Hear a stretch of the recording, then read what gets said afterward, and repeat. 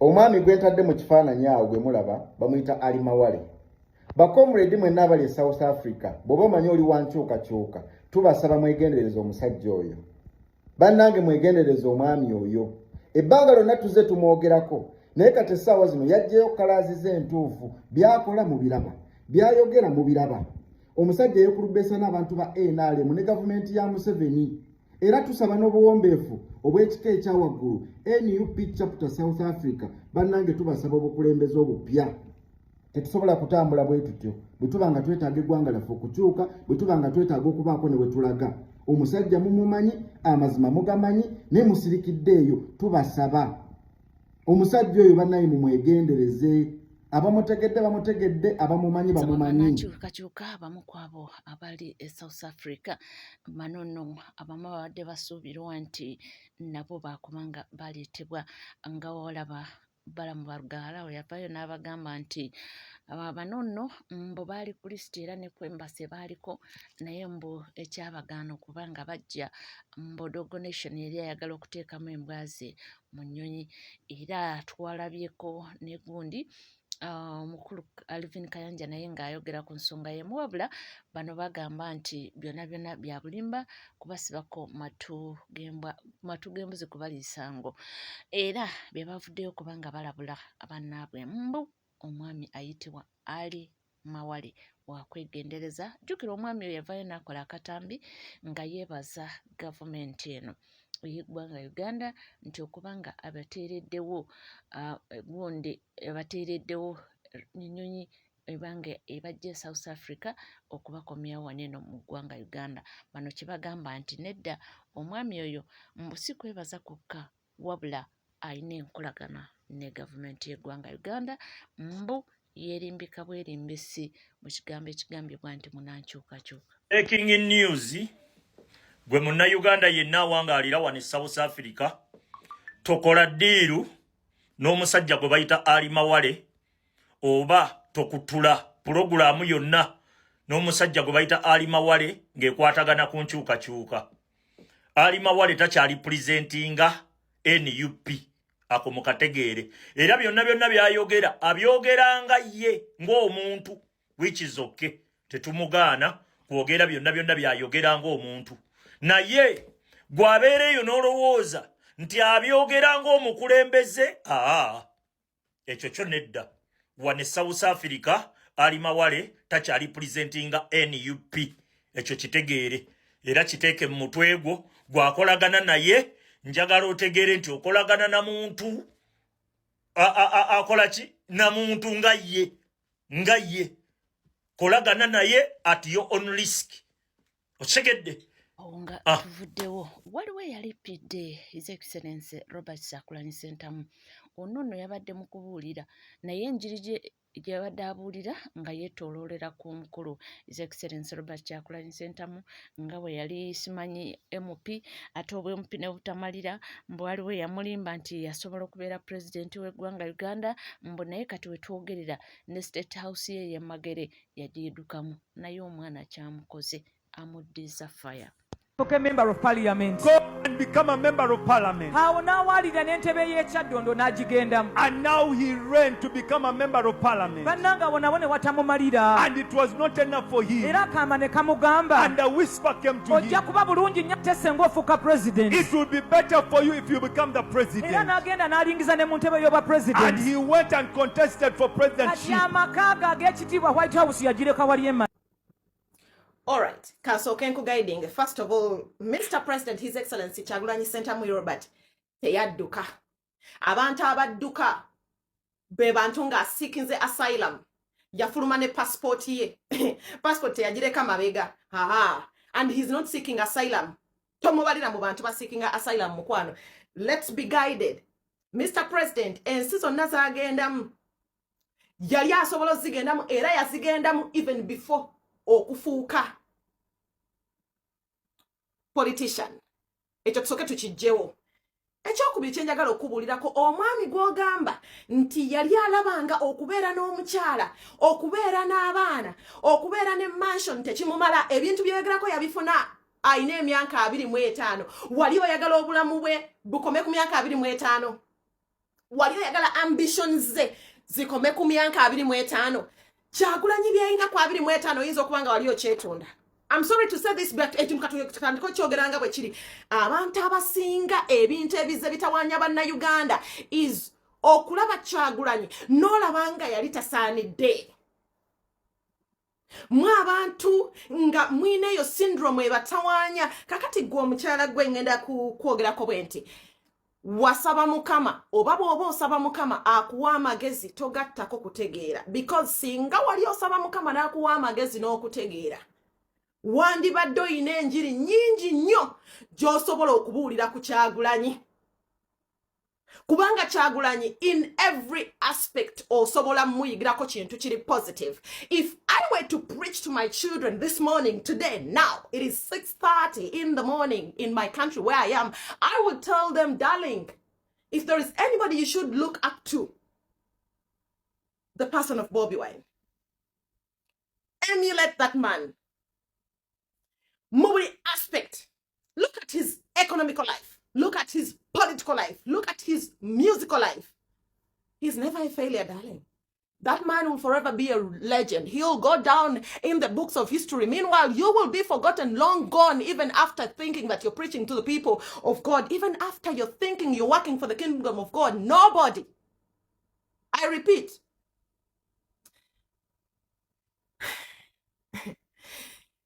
Ekibatawanya abantu nga mmwe tolina njawulo ku Bafalisaayo Yesu yali ayogerako abeefuula nti bamanyi ekintu. You want to tell me that you have wisdom whilst you lack understanding, but you lack understanding. You have wisdom, but you lack understanding. Tosobola kungamba nti mu njiri zonna bw'oba watuddawo as a child of God, as you call yourself, or like you like to call yourselves pastors in Uganda, you can't tell me nti bw'otuulaawo n'owuliriza mwoyo kyakugamba munda osobola kulaba ng'enjiri gy'osobola okubuulira ku Kyagulanyi kugamba abantu nti matira n'ekyo ky'olina kye wafuna ku myaka 25 oba oli wakubeerawo myaka 7 matira ekyo ky'olina ku 25 and a person like you ye enjiri gye wandibadde osaanidde okubuulira. My oh my, the mighty have fallen because no olaba nange ate nze seefuulangako mumanyi. But I can preach a little bit. I can preach a little bit, quoting the word of God. My, oh my. Indeed, the mighty have fallen. Because if I were your shepherd, I can just sit down.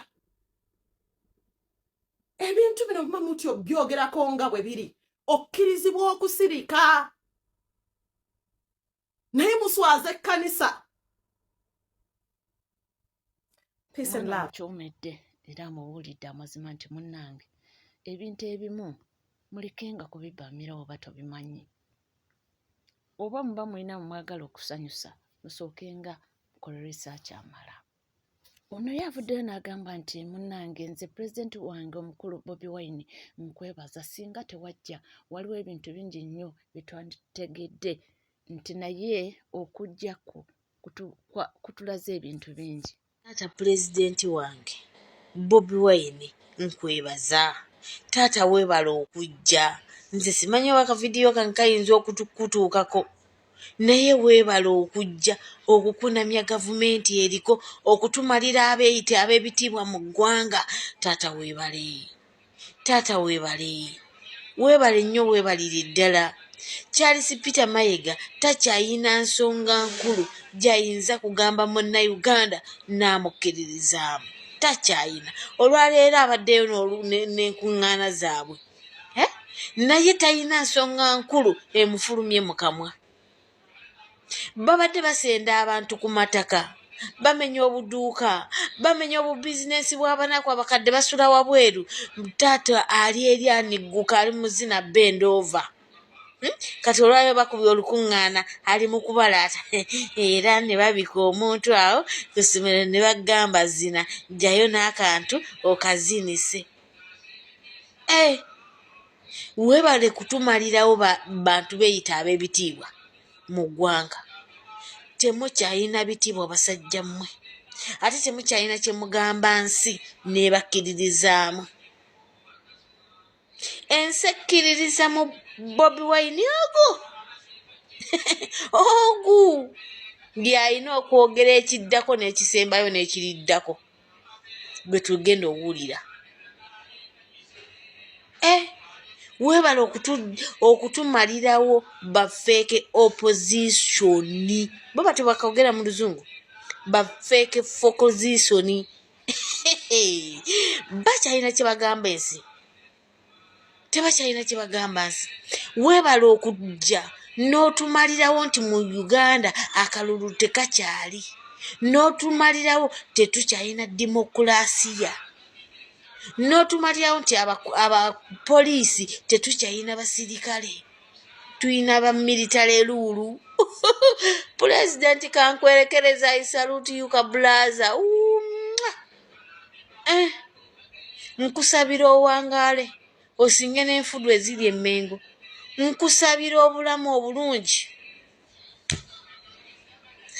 bw'otandibadde gwe yandibadde ani lwankole kantambuliza okamuntulizeeko pulezidenti wange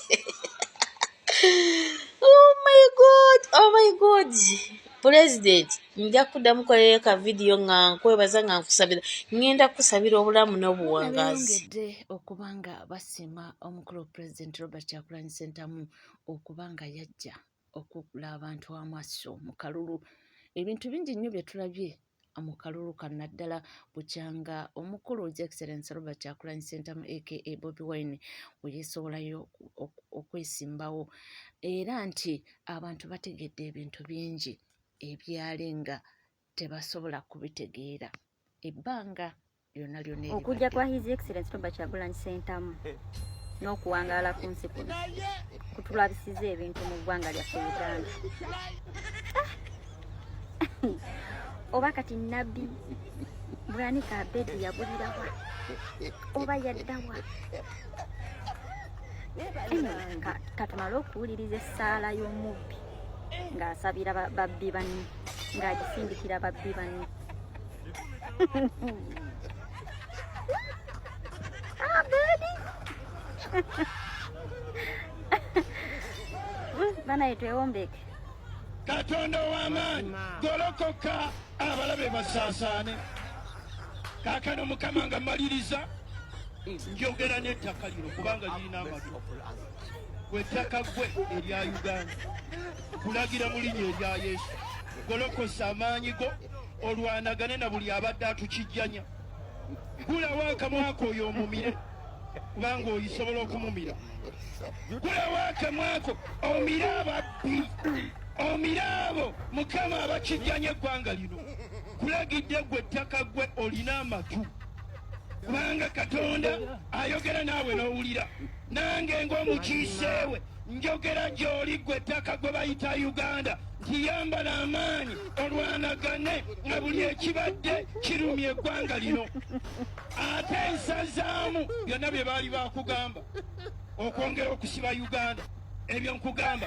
toddayo okubiwuliriza kugamba wuliriza ekigambo kya Katonda Katonda azze okununula eggwanga lino azze okuliyamba toyambe muntu yenna ng'azze tunyaga toyambe muntu yenna ng'azze tutemula toyambe muntu yenna ng'azze tusiba toyambe muntu yenna ng'azze okukola obubi Uganda yambala amaanyi go gwe ttaka lya Uganda omulwanyisa kwebaza Mukama kubanga essaala yaffe ogiwulira mu linnya erya Yesu mwe tusabire nga tugamba nti yogera amiina ey'amaanyi mazima eryokanga n'etonya nga byonna bigenda mu maaso twawulidde olunaku lw'eggulo nga bagamba nti gavumenti ejja kuddamu oba mbu bajja kuddamu bainvestigatinge buto mbu ekyatta Kawuma oba mujjukira Yasin Kawuma eyali driver wa His Excellency Robert Kyagulanyi Ssentamu awo weebuuliza kiki kyo kye banoonyereza ebbanga eryo lyonna ate ono ye agamba nti kyewuunyisa nnyo kyewuunyisa nnyo abakwata abaana ne basiba oba abatta bo ne babalaba nga abatalina musango. Eyakeera n'akwata baganda baffe n'abasiba nga tebalina musango oyo ye mulungi nnyo. Eyakeera n'atuga abantu baffe abantu betufiiriddwa baliita nabo Kenya. Marinos, Comrade Marinos. Mukyala Kibarama yakafa. Kibarama yabuzibwawo tetumanyi waali. Tosobola kukeera n'ongamba nti abakola ebyo atwala akwata edi muto n'amukunyula ebirevu bamuyigiriza Onyankole mboyo mulungi nnyo okusinga nze yavuma. Banna emitwe gino abamu bikola kagenderere kubanga oli omuntu bwe tubanga tulina kye tukola bwe wabaawo ekikolwa nga kiyamba kusuula gavumenti ya Museveni oli ayeefuulira ddala nga atakiraba n'abeera muzibe oba n'abeera nga atalina mumwa wabula singa Museveni aba alina kyakoze kyagala kikomentingeko nnyo era alage nga Museveni wali omulungi nga bwe yali omulungi wa nga bwe alina byakyakoze nga bwe yakola ddi ewa singa badde akikola mu bulungi yano bali duvye South Africa nga bagenda maka gaabwe family zaabwe naye okukulabako obulabi ngo mboze kukima family yo emboko zofuna kakadde fetoyinza kuto lwaki nebuuza nnyo lwaki abantu abasinga mukozesa amaanyi mangi okunnyonnyola ebizibu Museveni byatuusizza ku bannayuganda than solution. Because okunyonyola ebizibu kikukeepinga wooli ng'olinga gwategeera ennyo ng'olinga nga gwali mighty. You're mighty. You understand a lot. You can justify the problems that Museveni has caused to Uganda, but let it come to sitting on the table of solutions. You are not here to be seen. Aho utandika okubetuma ekyo tekijja kukola kakati walikoze bwe tuti kakati okumukuba ku mutwe tekijja kukola mukube ku magulu tugamba tukube ku mutwe tugamba kuba ku magulu ina amagezi. So temwina kye mugenda kutubuzaabuzaako tugenda bakuba paka kuwulira bubi. Gwe wena agenda okutwekiikana ddala mweno economic shutdown, you're not one of us. Economic shutdown eno bazze nga bagiyimba era nga akomekeza nga agamba nti naye agenda obbeekiikamu mu butuufu ojja okuba olina ky'obanoonyaako. Nga tuvuddeko eyo naye agamba nti munnange eryokanga neetoonya ne mulaba ensinsira bwe zenkana emyoyo. Ayogera bino okusinziira ku ba Mathias Mpuuga ba Medad Lubega Sseggona. Alina ensonga ze lwaki aleese statement eno era tuwulize kyagamba. Bagamba nti eryokanga neetonnya ne tulaba ensinsira bwe zenkanya emyoyo. Okimanyi nti Sseggona, Mpuuga, Lukwago mwatuwanga amagezi n'abakulembeze ba NUP tekiremeza abasibe mu makomera. Abakulembeze ba NUP balina amawaggali mutuule ne Museveni ne mutabani we bakkiriza abasibe badde wabweru. Mwe mulemesezza abaana b'abannammwe mu makomera mubafunamu ssente. Kiki ekiganye Lukwago, Mpuuga, Sseggona? Tomanyi wa Museveni, tomanyi wa mutabani we, okuteesaganya kuganye kutya. Kubanga ne Mpuuga naawe kennyini mwavayo ne mutukakasa nti okuteesa kwali nnyibwamu eggera abakulembeze ba NUP okuva waggulu kuva ku pulezidenti y'ensonga lwaki abasibe tebaateebwa. Kiki ekiganye? Emmeeza gye mutuulako gye mutalina kiki ekikuba kati mulaajana musimanyi omusajja baamugyeko piro ne bagisalaasala mbu bakebera mu kamera kati takyebaka piro ye baagijja mu Amerika simanya piro ya biki. Kiki ekiganye okutuula ku mmeeza bannange kubanga abasibe ba NUP ekibalemeza mu komera abakulembeze ba NUP kugaana kutuula ku mmeeza na Museveni na mutabani we. Emmeeza temugiina tugibawe. Nakoleggulo twalabye omukulu former Lord Mayor Erias Lukwago ng'alajjana. Ono wajjiddemu n'agamba nti bano abakulu nga mwe muli ne munnamateeka we Medad Lubega Sseggona nti bagamba nti ekiremezza abaana mu makomera nti ab'enkyukakyuka abalemeddwa okuba nga bakkiriza batuule ne gavumenti oba abakulu mu gavumenti ku mmeeza bakkirizaganye abaana bano baveeyo. Ababuuzizza kiki kye mutalina lwaki temutuula ku mmeeza ne mukkaanya omukulu n'avaayo. Bwe bali kubanga wekumidde ku NCK TV teweerabira kubanga osubscribinga ringinga that notification bell sharinga likinga ebisigadde butereeva amawulire tujja kubanga tugakuwa era tujja kubanga tugakutuusaako wonna woli wonna wosinzidde kugamba bugambye nti gwe tuula butuuzi kalira nywera buli kiwetaaga okuba ng'omanya wano wokka tujja kubanga tukikuwa era ojja kubanga ogafuna. Sigala naffe tofaawo.